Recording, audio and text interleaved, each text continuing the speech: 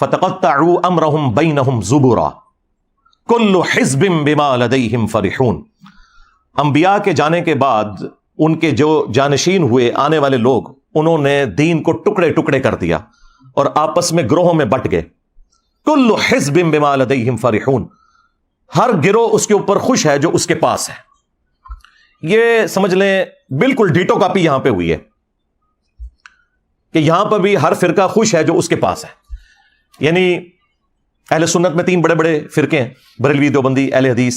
باقی جو فقہی بنیاد پہ حنفی، شافعی، مالکی، حنبلی وہ تو ہیں، لیکن بہرحال ان میں بھی عقائد کے اعتبار سے جو صوفیانہ عقائد رکھنے والے لوگ ہیں وہ بریلوی اور دیوبندی ہیں، خواہ وہ اپنے آپ کو شافعی کہتے ہوں، مالکی کہتے ہوں، حنفی کہتے ہوں، پوری دنیا میں۔ تو بریلویوں نے اپنا ترہ امتیاز بنا لیا کہ جی عشق رسول کا ٹھیکہ ہمارے پاس ہے، ہم یہ ڈیفائن کریں گے کون عاشق رسول ہے اور کون گستاخ رسول ہے۔ دوسری طرف